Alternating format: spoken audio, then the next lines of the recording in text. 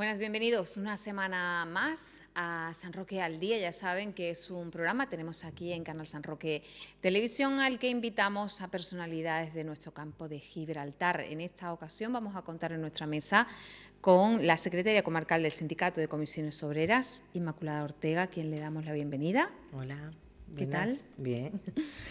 Y para acompañarme en la mesa ya ven ustedes que está Belén López, también mi compañera de redacción. ¿Qué tal, Belén? Hola, encantada de ver.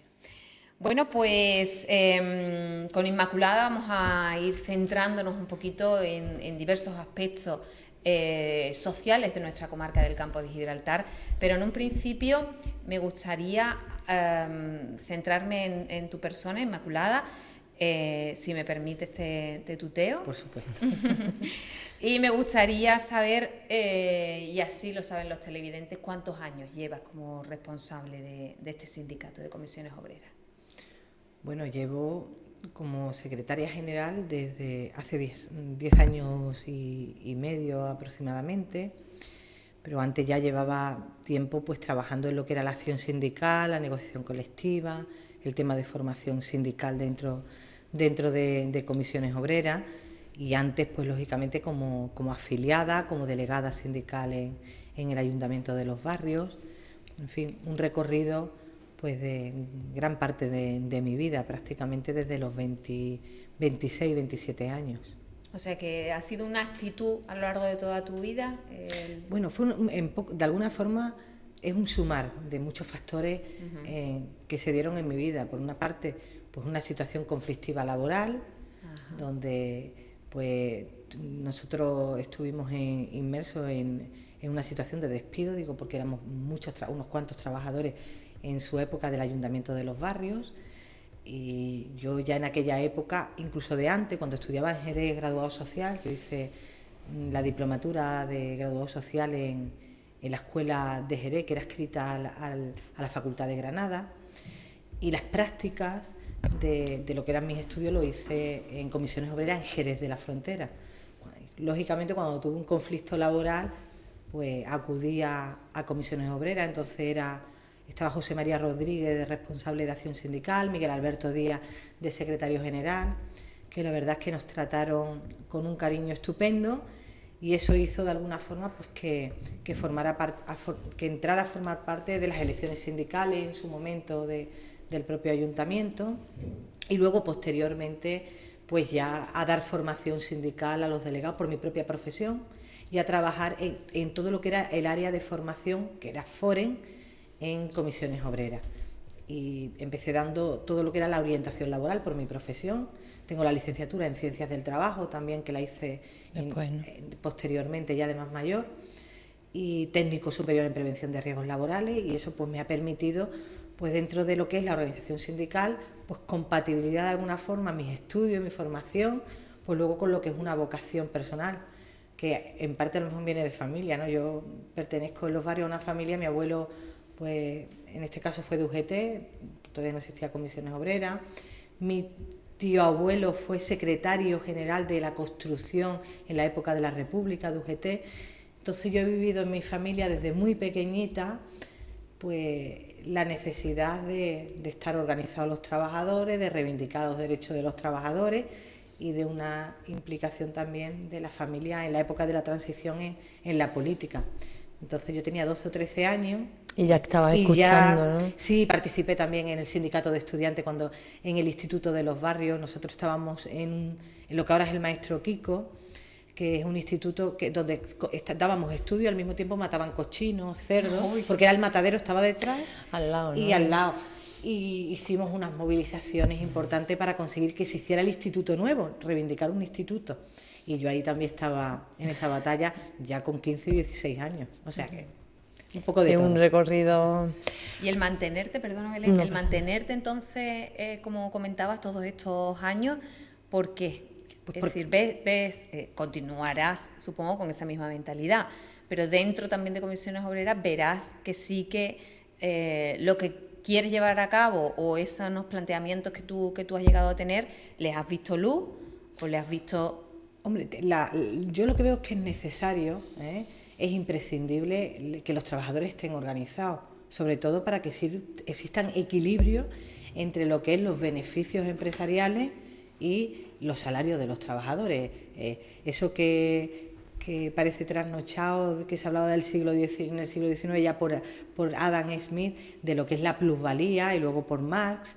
La plusvalía es algo que está vigente, que yo lo vivo todos los días en las negociaciones de los convenios, en la no aplicación de los convenios colectivos. Entonces, ¿es imprescindible que los trabajadores estén organizados? Sin lugar a dudas. ¿Y que estén organizados alrededor de un sindicato?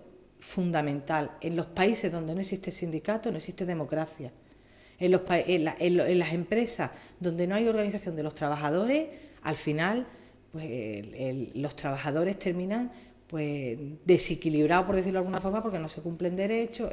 Y eso está vigente, sigue actualmente. Y Comisiones Obreras, porque creo que, no porque es la primera fuerza sindical del país, sino porque creo que es una organización que tiene poder, que tiene peso y que luego tiene unos estatutos, tiene una política sindical con la que yo me siento totalmente identificada actualmente. ¿Que hay frustración? Sin lugar a dudas, porque hay muchas cosas que no las podemos conseguir, porque el propio sistema que tenemos actualmente pues hace pues que los trabajadores tengamos en estos momentos históricos una situación de mucha más debilidad, porque es mucho más poderoso el capital, es mucho más poderosa las políticas que se han puesto en marcha por la Troika desde el año 2010 y que se están ejecutando en España de forma totalmente inhumana e injusta, pues hace que esa reforma y esas leyes y esas conquistas pues ahora estén debilitadas.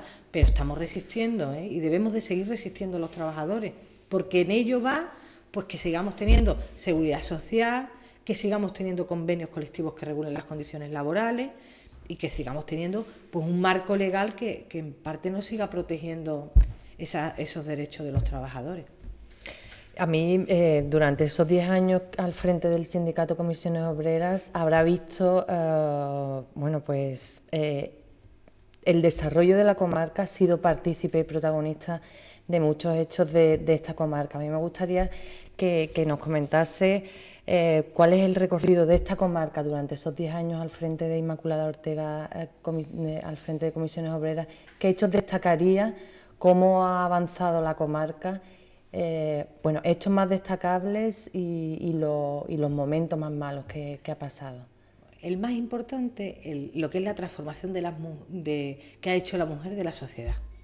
La incorporación de la mujer al mercado de trabajo, a la política, a cargos directivos, y estamos muy lejos aún, creo que es el hecho más importante de transformación social, que todavía somos incapaces de verlo, porque necesitaremos más tiempo, ¿no? más futuro para ejercitarlo. ¿Se siente identificada con eso? Sí, al frente de... Yo creo que eso es... Yo sí, particularmente sí, porque la situación, cuando yo llegué a la Secretaría General de Comisiones Obreras, de un mundo totalmente masculino, con una cultura, unos hábitos y una forma de hacer en lo público muy masculino. Estamos hablando de comida, de la falta de conciliación de la vida laboral y familiar. Es otro lenguaje distinto. El hombre tenía porque en esta transformación social, por estar las mujeres en sitios, no solamente en el sindicato, sino en la política, en las empresas, está transformando la sociedad para las mujeres, para los hombres y para todos. Ese cambio es tan importante en nuestro país que solamente seremos capaces de visualizarlo si vemos una fotografía o un vídeo de lo que ocurría hace 15 años, 20 años, la fotografía de cualquier acto social. Y cualquier acto social de hoy ha cambiado, y estamos cambiando el lenguaje, estamos cambiando muchísimas cosas. Y eso para mí es muy importante, y eso yo lo veo en las empresas, en la representación de los trabajadores en la empresa, como cada vez más tenemos un número de delegadas en lugar de hombres, son mujeres. La transformación que se ha dado en el mercado de trabajo está ahí. Nos faltan sitios, Mi lucha sigue siendo, pues en Acerinox, en fábrica, sigue sin estar las mujeres representadas en ese mundo del trabajo, o en portuario, y se dice portuario porque no hay portuarias todavía. No hay mujeres trabajando en la estiva y la desestiva en nuestro puerto de la bahía de Algeciras. Nos queda un recorrido todavía importante en muchísimos puestos de trabajo donde todavía hay un veto invisible, pero que está ahí. Y eso es lo más importante que quiero destacar, porque creo que eso transforma la vida y nos transforma la sociedad.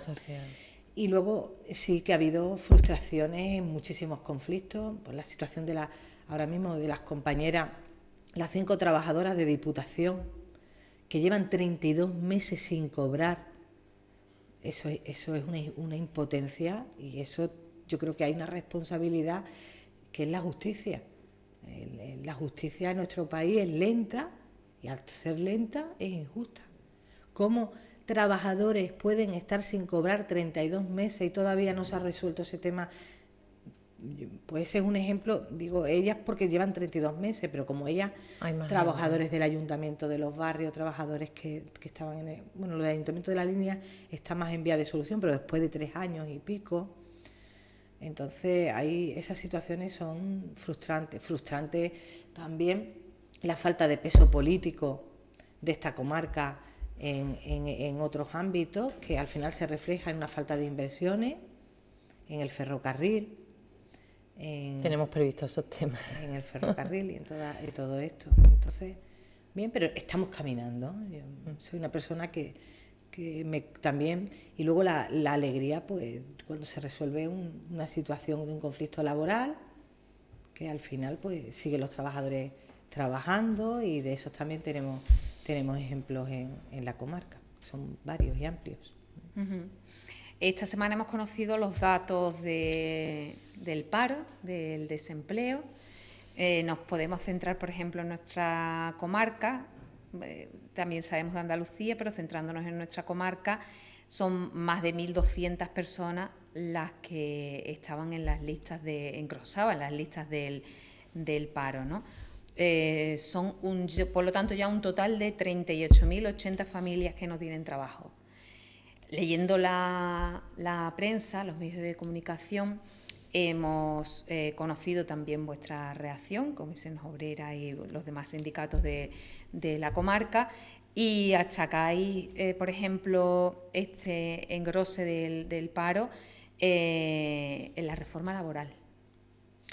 Bueno, en la reforma laboral, lo que conlleva la reforma laboral, claro, en lo que son las políticas de empleo que se vienen realizando desde lo que comentaba antes, desde el año 2010, es que es una consecuencia directa, porque lo que pretende la reforma laboral es, el objetivo de la reforma laboral es, como no se puede devaluar la moneda, el euro, los teóricos economistas de la Escuela de Chicago, que son los que nos están gobernando actualmente, los que ejecutan es el señor Rajoy, la señora Soraya Sáenz de Santamaría, y además lo ejecutan trasladándole a la opinión pública que no hay otra alternativa, que lo tienen que hacer porque lo tienen que hacer.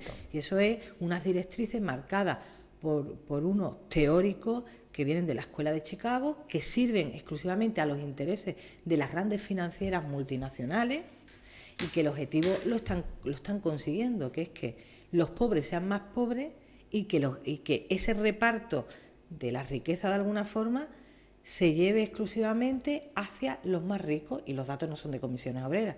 Los últimos datos es que el crecimiento de los beneficios de los grandes ricos de nuestro país, que son los financieros, estamos hablando de fondos de inversiones, no del empresario que gana dinero teniendo una fábrica haciendo tornillos, fabricando tornillos, que eso genera un valor añadido.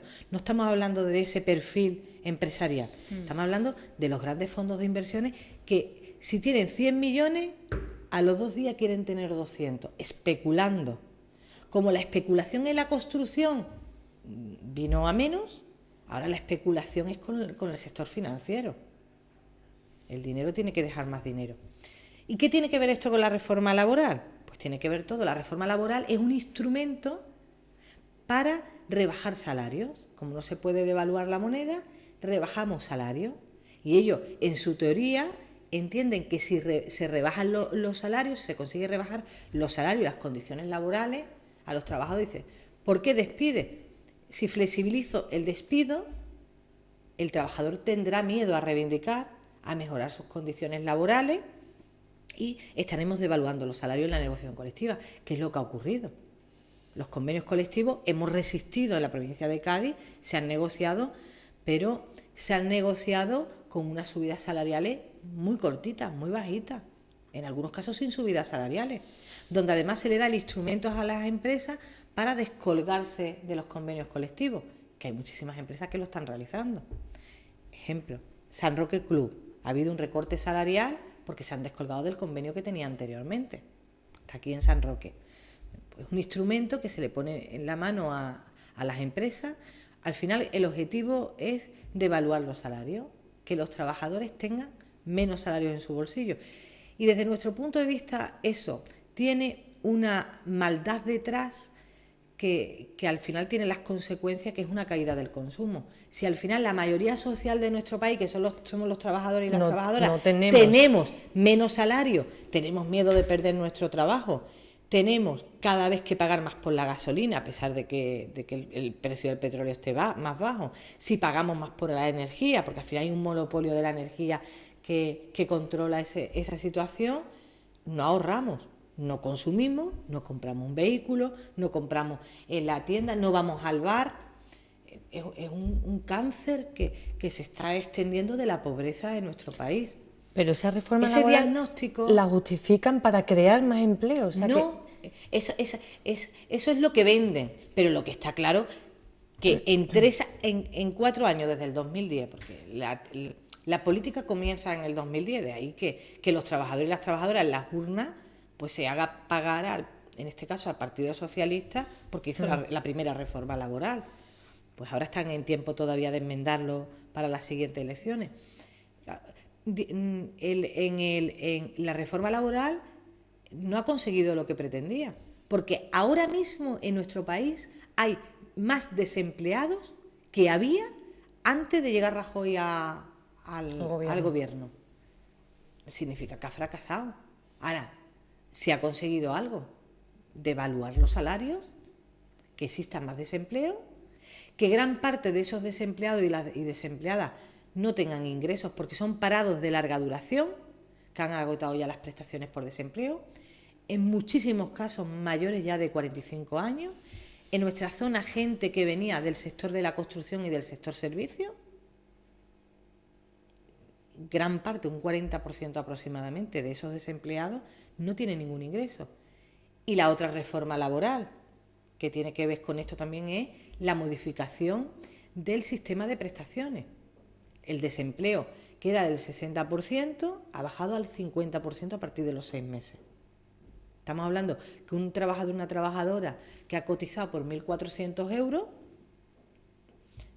el paro que le va a quedar durante 18 meses, bueno o menos, es del 50% de esos 1.200. Y luego el subsidio por desempleo para mayores de 52 años lo han modificado, ya no es para mayores de 52 años, es para mayores de 55 años. Pero además lo han modificado, antes era extensivo con unas condiciones que a la gente le daba una tranquilidad, por lo menos de tener un mínimo de ingreso hasta llegar a la edad de jubilación, eso también lo han quitado, porque ya se requiere, hay unos criterios muchísimo más exigentes. Más la modificación de la normativa en cuanto a la jubilación última, que se está aplicando ahora. Entonces hay una serie de medidas que lo que pretenden es empobrecer más al conjunto de la sociedad y lógicamente nosotros la rechazamos. Creemos que ha fracasado y creemos que la única forma de cambiar esto es con la otra alternativa. La otra alternativa que existe, hay otras escuelas de economistas, no solamente ATAC, sino economistas como el Premio Nobel de Economía mundial, que dice que las políticas que ya está llevando Europa es un auténtico fracaso, que va a llevar pues a una situación de caos absolutamente total, ¿no? Y la única forma de conseguirlo, y podemos hacerlo los ciudadanos, es quitándolos del poder. Esa es la fórmula. Hay que quitarlos del poder y hay que gobernar de otra forma. Y esa es la apuesta de Comisiones Obreras. Nosotros hemos planteado alternativas encima de la mesa. En esta comarca en concreto, ¿qué deberíamos hacer para dejar de ser una de las zonas de Andalucía y del país con este alto índice de desempleo? ¿Qué se puede hacer en esta comarca contando con un polígono químico bestial, con un puerto de Algeciras que ya sabemos que le falta la conexión ferroviaria, pero que también podría ser un motor económico, con un turismo que también... ¿Qué pasa en esta comarca desde la visión de Comisiones Obreras? Pasan muchas cosas. Nosotros tenemos hecho un diagnóstico. Pasa primero el legado, la herencia. Esta es una zona que hace escasamente 50 años, menos, 40, la edad de las que estamos aquí más o menos, había una tasa de analfabetismo del 70%. Era una zona muy, muy, muy pobre, sin ninguna formación, donde nuestros padres, mi padre se fue a trabajar al norte, estuvieron trabajando en Santander y yo estuve viviendo allí hasta los 6 años. Tuvieron que salir. Salir, el 70% de los jóvenes en los años 60 salían de aquí de la comarca. Entonces no tenemos como puede tener el País Vasco, La Rioja, Baleares, que son las zonas de nuestro país donde la tasa de paro es más baja, tienen una historia con unos ciudadanos desde hace muchísimos años con una renta para invertir. Es decir, hay unos ciudadanos con un capital. Aquí éramos tremendamente pobres, había una pobreza absolutamente grandísima. Hubo un avance, yo creo que importante, en todo lo que es la época primera de la democracia, se dio un salto cualitativo a partir de la puesta en marcha de las grandes industrias aquí en la comarca, pero vino mucha mano de obra de fuera, especialmente la cualificada, vino de fuera porque no la había en la zona. Y esa industria, que es gran industria, genera una riqueza y unos puestos de trabajo que ya están creados, no generan más riqueza. Y no generan más empleo como para hacer que esas 38.000 personas que puedan encontrar empleo en las grandes industrias. No tenemos lo que se dice un valor añadido que haya repercutido en el empleo de la zona y en la riqueza de la zona. Y ese es el déficit que tenemos. No hay un empresariado propio de aquí autóctono, por lo que comentaba antes, porque es una zona pobre, que diga, pues tenemos dinero histórico con familias históricas, una burguesía desde el siglo XVIII, una revolución industrial del siglo XVIII. No, incluso aquí se pescaba, pero no había unas empresas de transformación y de conservera que eran de fuera, la mayoría, y se fueron. Tenemos naranjas, que se cultivan las naranjas, pero no se transforma la naranja, no se hace el zumo de la naranja. Tenemos el corcho, pero no hemos sacado ese valor añadido, porque no tenemos esa burguesía que invierta en la zona. Lo poco que se ha hecho es porque ha venido capital de fuera y ha invertido en la zona. Ese es el camino y ese es el recorrido. Claro, en estos tiempos es más complicado aún, porque con la crisis, si aquí teníamos tasa de paro, teníamos 17.000 desempleados en el año 2006 y ahora tenemos 38.000. La tasa más baja de paro la tuvimos en el 2006. Habíamos hecho un grandísimo recorrido. Llegamos a tener 16.800, creo que es la mejor tasa de paro que hemos tenido en la comarca. Bien, ahora tenemos a una población más cualificada, porque nos hemos formado más nuestras generaciones, pero no están creadas las empresas para absorber esos puestos de trabajo que hemos creado, excepto, y salíamos este fin de semana en el país con una buena noticia, que es que la Escuela de Ingeniería de Industriales, solo industriales, no estoy hablando de electrónica, industriales, de la zona, es la primera en ranking de España en empleabilidad al año. Es decir, los ingenieros e ingenieras, que hay algunas ingenieras industriales que han salido de nuestra escuela de aquí de Algeciras, o sea, promoción al año el 100%, ¿no? Se ha colocado. Porque tenemos claro, también convivimos con tasa de formación baja, hay que reconocerlo. Si nos comparamos el campo de Gibraltar con zonas como La Rioja, pongo el ejemplo de La Rioja porque no está industrializada, porque es una zona... Lo más parecido a... No, lo pongo primero por población. La Rioja por población puede ser muy similar a nosotros, pero porque han sabido sacarle el valor añadido para generar empleo y economía a una situación de una gran riqueza autóctona como es el vino y todo lo que tiene que ver con el vino. Ellos de eso han creado alrededor... Y tiene la tasa de paro más baja de España junto con Navarra y el País Vasco. Estos son los referentes. Es el ejemplo a mirar. Pues ¿por qué? Pues porque tienen empresas pequeñas, empresas que generan un empleo de normalmente entre 25 y 50 trabajadores, empresitas de 25 a 50 trabajadores, de empresarios autóctonos de la zona, de empresas familiares de la zona, y ese valor añadido, esa transformación económica es la que nos falta aquí. Sería estupendo que hubiera empresas de la zona que fueran las que suministraran a las grandes industrias. Por ejemplo, para hacer los tornillos que antes comentaba que son necesarios para abastecer, no tenemos empresa de tornillos. Un ejemplo sería, y hay poco, Tres Vecinas. Sabéis que se hace es un producto que se hace. Aquí producimos la materia prima, la petroquímica de aquí de la zona del grupo Cepsa, por ahora, sabemos que está en venta, produce la materia prima de la que hace luego, de la que sale luego, pues la lejía Tres Vecinas. Estoy haciendo publicidad, pero no importa porque es de empresas de la zona. Eso es valor añadido. Es la idea, ¿no? ¿Cuántos trabajadores tiene la fábrica Tres Vecinas? Pues estamos hablando de pequeñas empresas que generan un valor añadido. ¿Eso se puede hacer? Pues sí. ¿Para eso qué es necesario? Primero, empresarios y empresarias con dinero para invertir, con la idea y con la capacidad pues, para producir. Problema que nos encontramos con el poquito... con alguna empresa, con el tipología a veces de empresas de aquí de la zona o de la comarca, pues el cáncer de esa especulación, ¿no? De si tengo 300.000 euros, si tengo 1 millón de euros como empresa, lo voy a invertir en una fábrica que me va a dar quebradero de cabeza, que voy a tener que trabajar y que voy a tener que contratar y que pues prefiero a lo mejor invertirlo en bolsa, que me va a dar dinero en 3 días y me va a multiplicar y estoy en mi casa tan tranquilo.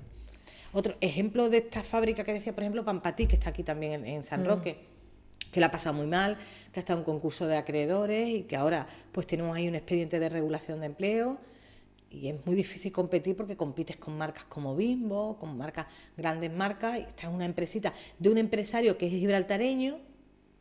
Es una familia gibraltareña que hace muchos años decide pues comprar una nave aquí en Guadiaro y decir pues vamos a hacer pan, un pan, y es una fábrica con eso, con 20 y tantos trabajadores, 30 trabajadores, y este tipo de empresas reciben muy poca ayuda también de la administración, tienen muchísimas trabas burocráticas para ponerse en marcha. Nosotros creemos desde comisiones y lo tenemos puesto por escrito, que ese cambio de modelo productivo es el que nos haría al país ser rico, y que eso es posible, se puede hacer. Si toda esa ayuda multimillonaria que se le ha dado a los bancos se hubiera puesto en valor para hacer esto, estaríamos hablando ahora mismo de otro país, que es lo que han hecho otros países como Islandia, hay ejemplos. ¿Qué es lo que está haciendo también el País Vasco? El modelo del País Vasco, a pesar del terrorismo, ¿cómo es posible que tengan la tasa de paro tan alta que tiene? Los mejores salarios de España. Los mejores convenios de España se firman en el País Vasco. Y tienen la mayor renta per cápita. Eso es un ejemplo de que es mentira que cada vez que sale la del círculo de empresarios o los empresarios diciendo que hay que bajar los salarios para generar riqueza. Mentira. En la zona donde los salarios son más altos, hay más riqueza, porque se reparte la riqueza. El ejemplo está en Bangladesh y en la India. En los países donde los salarios son más bajos, los países son más pobres. He dado un poquito de la comarca. He sido un poco extensa, pero es verdad que a veces hay que explicar las cosas. Mucho mejor, mucho mejor. A veces hay que explicar las cosas. Pues ha llegado el momento de hacer una pausa para la publicidad y tan solo en un instante estamos de vuelta.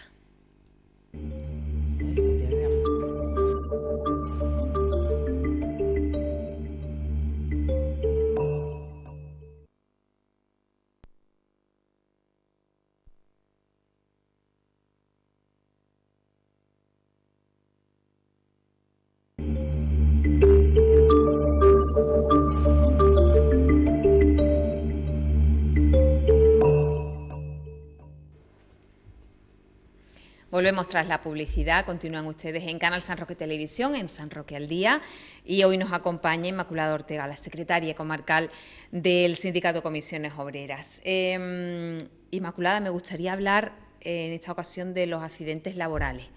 Te iba a decir hace poco, pues sí que sabíamos en estas últimas semanas trabajadores que han perdido la vida, pero bueno, no solamente estas últimas semanas, sino que yo creo que es ¿no? un hándicap que hay en nuestra zona en cuanto a accidentes laborales. La seguridad, vosotros también la tenéis en cuenta, ¿no? Como sindicatos. ¿Sabéis qué porcentaje hay? Bueno, pues lo que hay es que yo creo que se habla mucho de salud laboral en la política, en los medios, cuando ocurre un accidente grave, cuando hay una persona que fallece, pero realmente.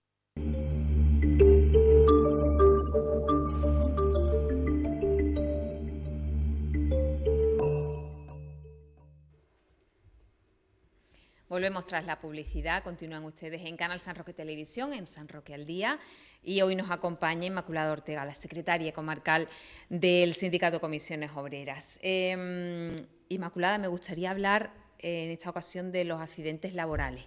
Te iba a decir hace poco, pues sí que sabíamos en estas últimas semanas trabajadores que han perdido la vida, pero bueno, no solamente estas últimas semanas, sino que yo creo que es ¿no? un hándicap que hay en nuestra zona en cuanto a accidentes laborales. La seguridad, vosotros también la tenéis en cuenta, ¿no? Como sindicatos. ¿Sabéis qué porcentaje hay? Bueno, pues lo que hay es que yo creo que se habla mucho de salud laboral en la política, en los medios, cuando ocurre un accidente grave, cuando hay una persona que fallece, pero realmente es que no hay ninguna intención de evitarlos, porque los medios que se ponen por parte de la Administración, que es la que tiene la obligación de controlar pues que se cumpla la ley de prevención de riesgos laborales, es realmente vergonzosa. Sí que es cierto que la Inspección de Trabajo trabaja y mucho, y tiene que seguir trabajando para perseguir el fraude, para perseguir los trabajadores y el fraude que hay especialmente en la seguridad social, a los autónomos, pero es cierto que realmente en cuanto a temas de prevención de riesgos laborales hay un déficit, no ha habido un empeño, yo creo que nunca, de corregir un cáncer que tiene este país, que está a la cabeza en cuanto a accidentabilidad de Europa. Y eso ocurre porque no se ponen las medidas. Esa misma situación la teníamos con los accidentes de tráfico hace muchísimos años en España, y hubo una decisión clara por parte del Gobierno de poner coto a esa cantidad de muerte que había en nuestro país por accidentes de tráfico, y los datos están ahí, que cuando realmente queremos, realmente hay una reducción de los accidentes, que en la gran mayoría de los casos son totalmente evitables. Es por una falta de seguridad. Los dos últimos accidentes que ha habido en nuestra comarca, el del trabajador Joaquín, que murió haciendo un trabajo aquí en la térmica de buceo, es porque no se cumplían las medidas de seguridad. Y el caso de Miguel Ángel, en lo que es la antigua fábrica de Celupal, que ahora es del grupo SAM, pues un incumplimiento total de las medidas de seguridad. Total.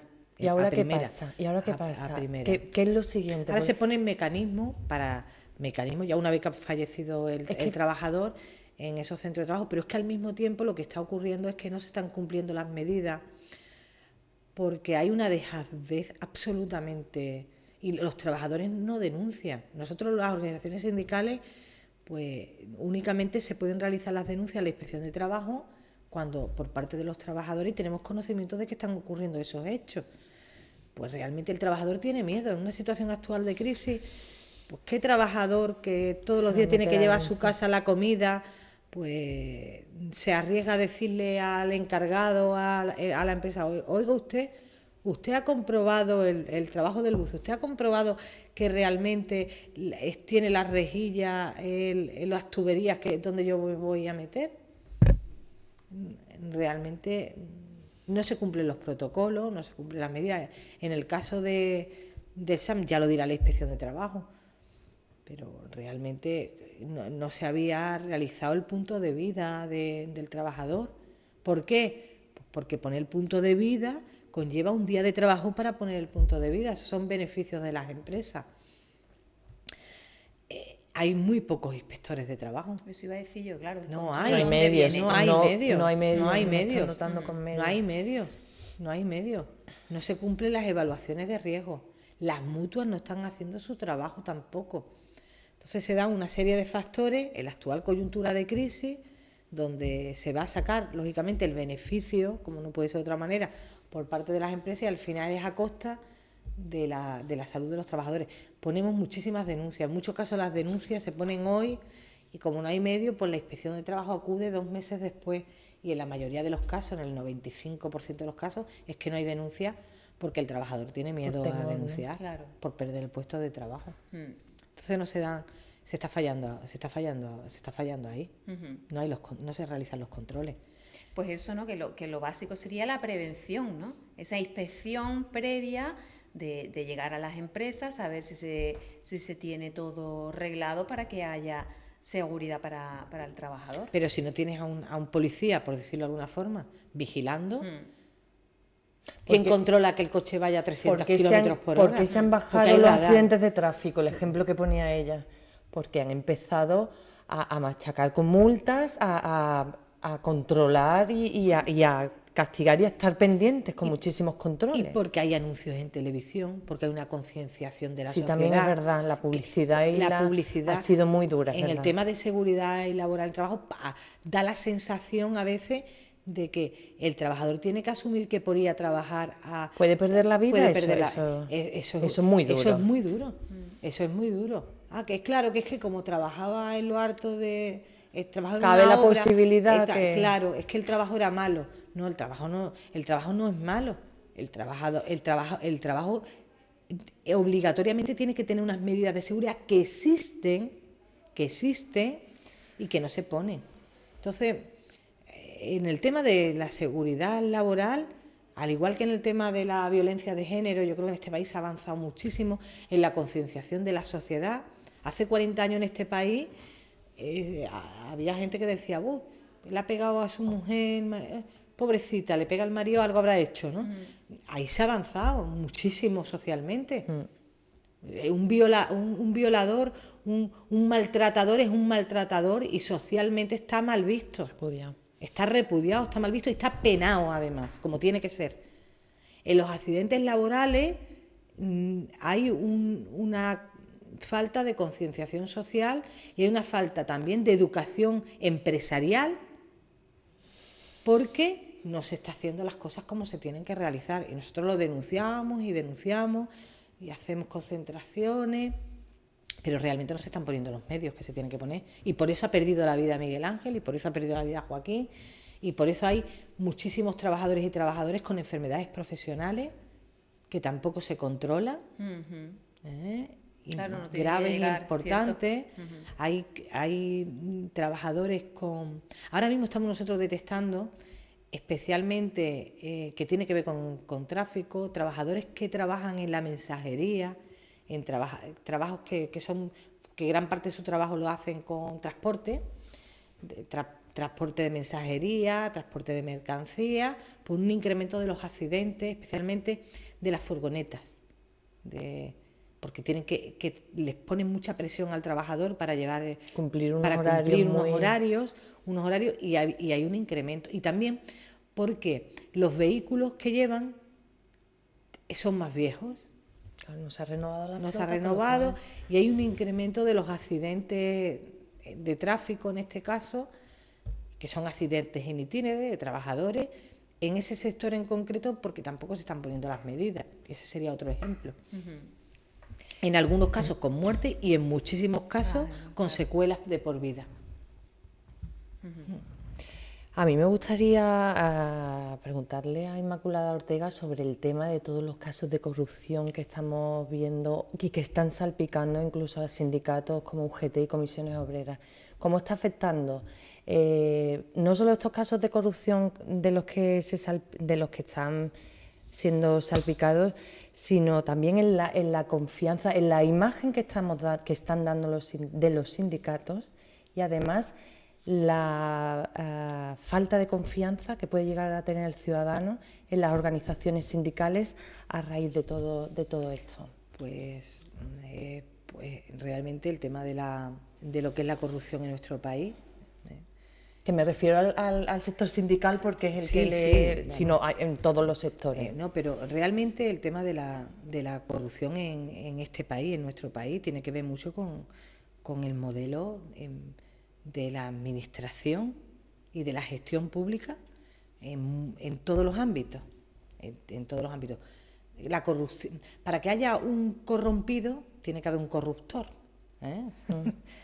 Y son hábitos y formas que ahora nos sorprendemos, pero que realmente se veía. Yo creo que esas comitivas, esas comitivas públicas a la hora de inaugurar una farola, por ejemplo de la farola, como podría poner muchísimos más, es algo con lo que el ciudadano veíamos y vemos, ¿no? En el tema de la inauguración de cualquier acto público, esa cantidad de personas para inaugurar una sola actuación y acción, eran llamadas de atención.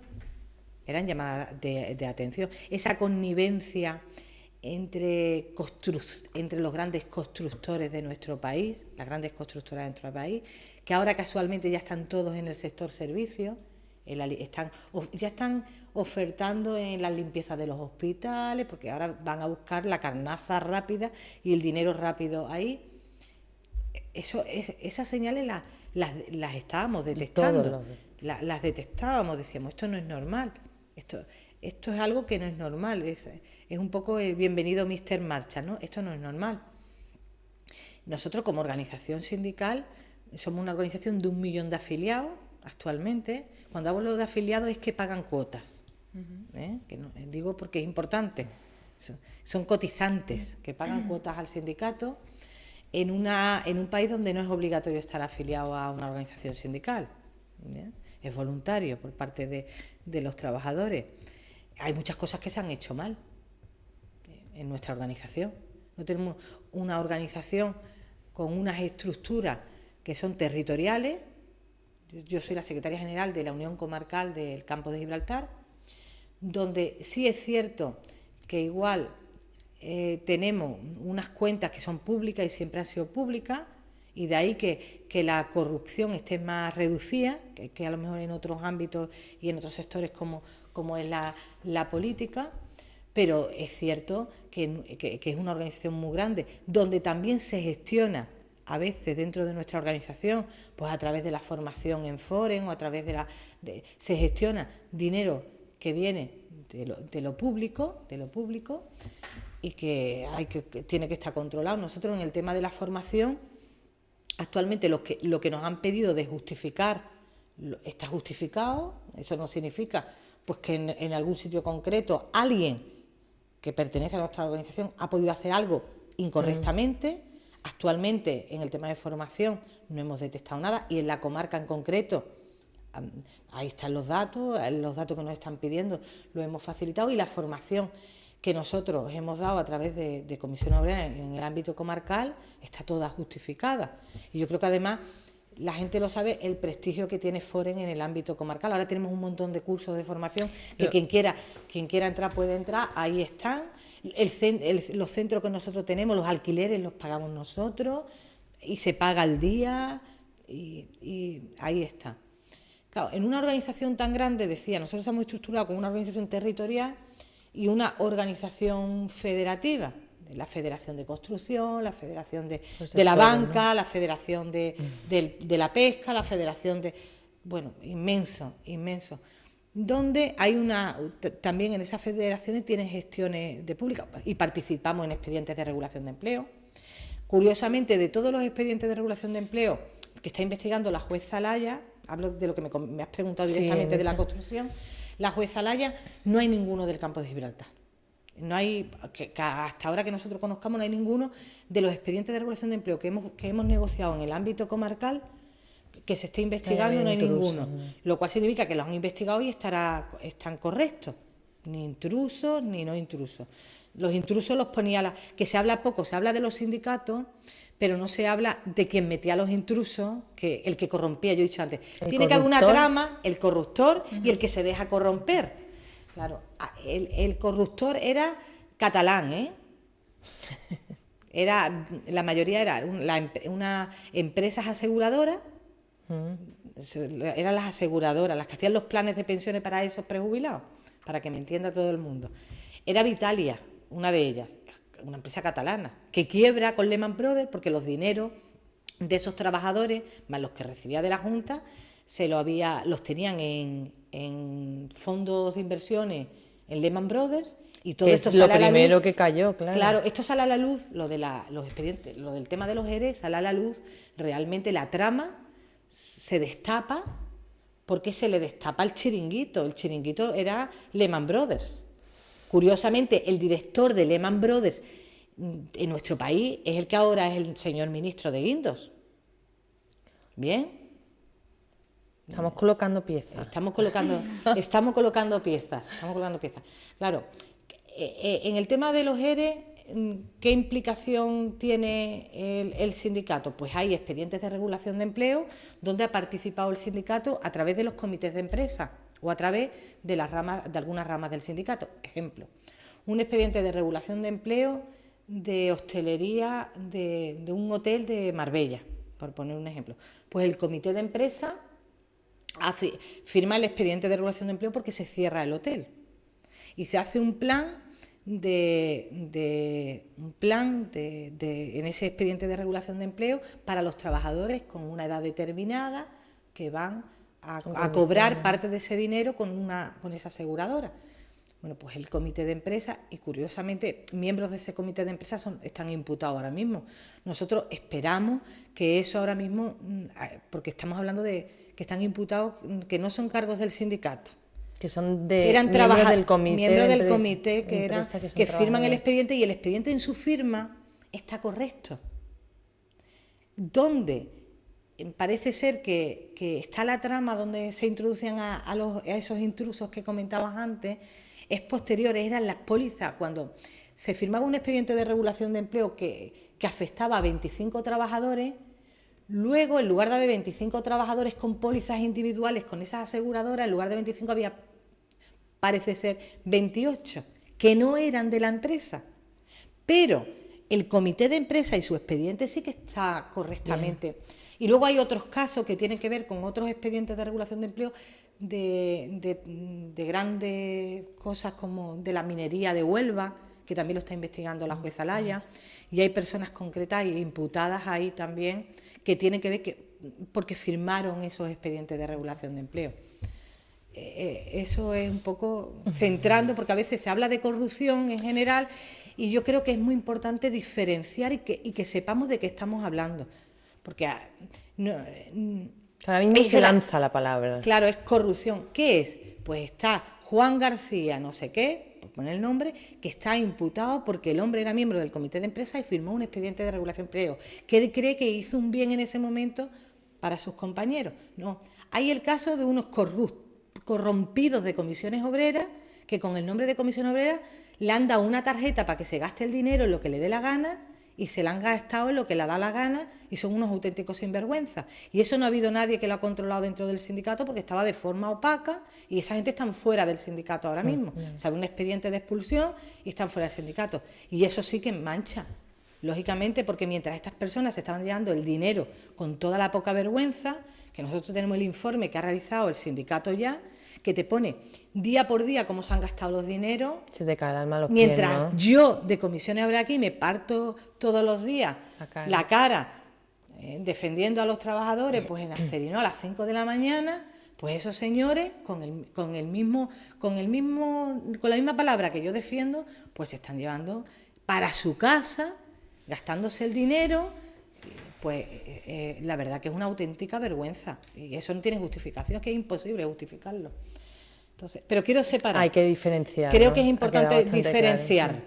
A Juan García, que como miembro del comité de que no empresa. Duerme el hombre, que lleva 2 años con depresión desde que está imputado el hombre, que no tiene dinero en ningún sitio, que ya se le ha acabado el paro, pues hay que diferenciarlo. Y creo que es importante diferenciarlo.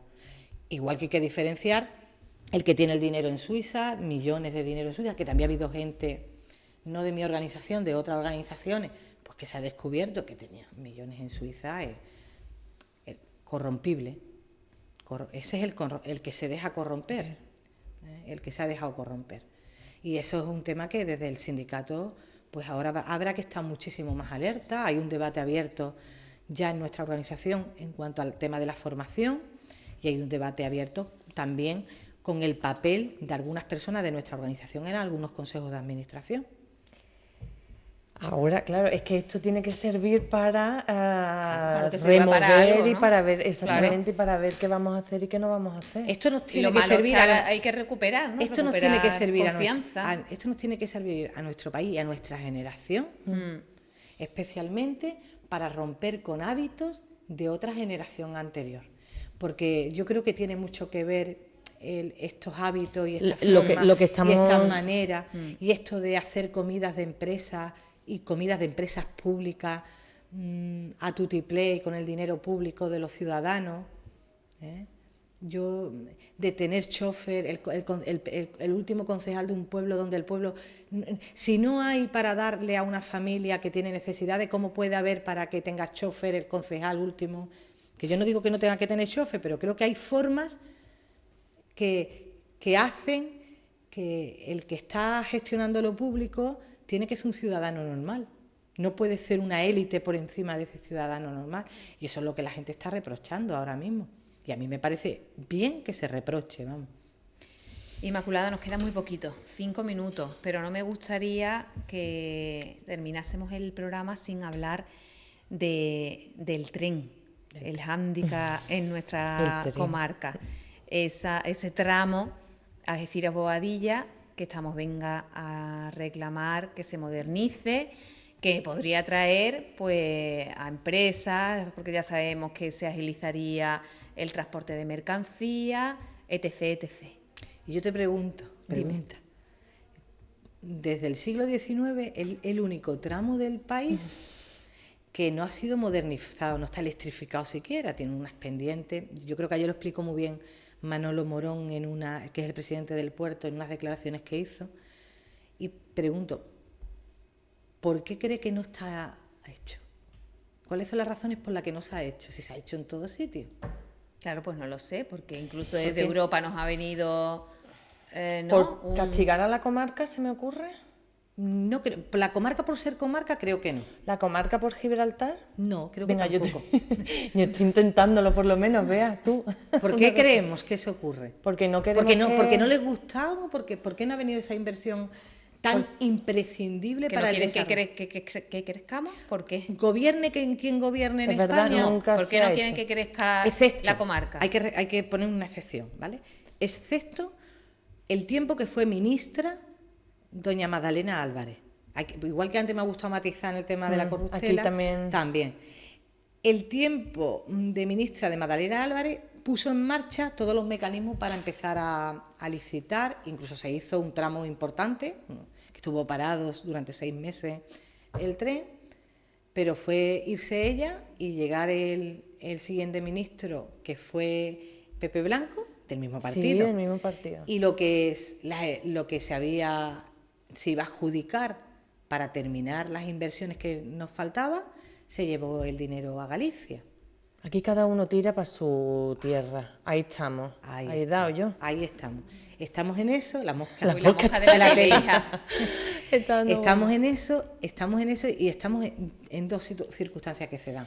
Una, que lo que es el modelo de las conexiones ferroviarias con los nodos logísticos portuarios de Cataluña y de Valencia, no les ha interesado que se desarrolle el nodo, la conexión ferroviaria andaluza. Yo voy a decir andaluza, no voy a decir de Algeciras, vale, porque creo que además esta conexión es una conexión imprescindible para el desarrollo económico de Andalucía, por cuanto sería cohesionar y unir o realizar el corredor ferroviario entre toda Andalucía y el nodo logístico que es el estrecho de Gibraltar, que es el puerto de Algeciras, donde cualquier fabricante de aceite de Jaén pueda llevar en el menos tiempo posible su producto al mayor puerto de tráfico de mercancía del Mediterráneo y al mayor puerto de tráfico de mercancía, el quinto, de Europa. Eso es muy importante para el empresariado de Jaén, eso es muy importante para el empresariado de Córdoba, de Granada, es decir, es una infraestructura imprescindible para generar competitividad para las empresas y generar valor añadido. Nuestro puerto es un puerto isla, es un puerto almacén donde los contenedores que llegan, el 95% de esos contenedores llegan y llega otro barco y se lo lleva a otro sitio y no genera riqueza, ese valor añadido hacia el interior. Es decir, lo que da dinero es que ese contenedor se abra aquí. Pongamos, por ejemplo, en la nueva zona logística de San Roque. Llegue ahí y llegue cargadito de, pongamos, de café de Colombia, y aquí en graneles, y aquí tengamos una fábrica donde se empaquete en kilos y se le ponga la etiqueta, pues este café se llama de esta forma, este café se llama de esta forma, este café, y se distribuya. Eso es lo que genera empleo y genera valor añadido. Y desde ahí el café se lleva pues a Madrid, a los grandes puntos, vía ferrocarril. Digo aquí y digo que se podría empaquetar en Antequera o se podría empaquetar en Córdoba. Por eso digo que no es una reivindicación exclusivamente local, es una reivindicación andaluza. Yo creo que eso lo ha entendido muy bien la actual presidenta de la Junta. Hasta ahora tampoco ha sido una reivindicación prioritaria por parte de la Junta de Andalucía, porque normalmente la reivindicación de esta línea no tenía tutor. El tutor éramos nosotros como Campo de Gibraltar, y como no somos capital de provincia, pues eso también nunca nos ha venido muy bien. Ahora creo que sí. Y nos encontramos con la barrera. La barrera que nosotros tenemos es el este, es Cataluña y Valencia. Cataluña y Valencia no le interesa absolutamente que se haga este tramo, porque esto es un cuello de botella y hace que se desvíe toda esa mercancía para la exportación y la importación, sale vía Puerto de Valencia, especialmente Valencia, que se ha convertido, gracias a que tiene 3 salidas de ferrocarril electrificadas, con ancho europeo, en un puerto de referencia del Mediterráneo, cuando está a trasmano, está a trasmano, hay que subir a Valencia, Nosotros estamos en el sitio, pero nos falta esa conexión ferroviaria. De ahí que desde los agentes económicos, sociales, hayamos ido a Bruselas. En Bruselas lo han entendido, nos han entendido y no comprenden cómo por parte de ningún gobierno de España se ha invertido poco. La inversión es ridícula para lo que se está haciendo en el resto de España. Es que no se quiere hacer. No. Porque si se hiciera, descenderían los tráficos de Barcelona y Valencia. Y el director de Adif es de Valencia. Hasta ahora el poder en el Ministerio de Fomento, siempre los secretarios de Fomento son o de Valencia o de Barcelona. Es decir, mediáticamente los ciudadanos asistimos a que se matan vivos entre los catalanes, pero a la hora de la verdad, en los presupuestos generales del Estado, donde se invierte es allí. Claro, porque la reivindicación no es política ni partidista, es territorial. Ahí van todos a una, Tienen un lobby creado y formado que se llama Fermet, con una inyección de dinero de Cataluña, de la comunidad autónoma catalana y valenciana, que le aporta millones, con un gerente que está todos los días en Bruselas, con oficina permanente en Bruselas, presionando para tener eso, 3 salidas de ferrocarril, ancho europeo, electrificación. Y nosotros ¿qué tenemos? Un cuello de botella que se llama la línea de ferrocarril, con la misma infraestructura prácticamente con la que la hizo el bisabuelo, ya, porque el rey ha cambiado ya, el bisabuelo del actual rey, que fue de las primeras líneas que se hicieron, esta es una de las primeras líneas que se hizo en el país, porque en aquella época se entendía que era necesario tener una conexión ferroviaria entre el norte y el sur. Tenemos África ahí al ladito, un continente que para desarrollarse. Y dirás, ¿y por qué somos entonces el primer puerto del Mediterráneo, ¿no? Sin esa conexión ferroviaria. Por la situación estratégica. Por la situación estratégica. Porque eso no se lo pueden llevar a Valencia. Sí, se lo podrían llevar y lo han intentado a Tangermet, ¿sí? Al otro lado del estrecho. Ese era el intento. Pero las cosas de Dios, ¿no? Que para los cristianos. La bahía, el estrecho de Gibraltar tiene unas condiciones meteorológicas muy especiales y de condiciones marítimas.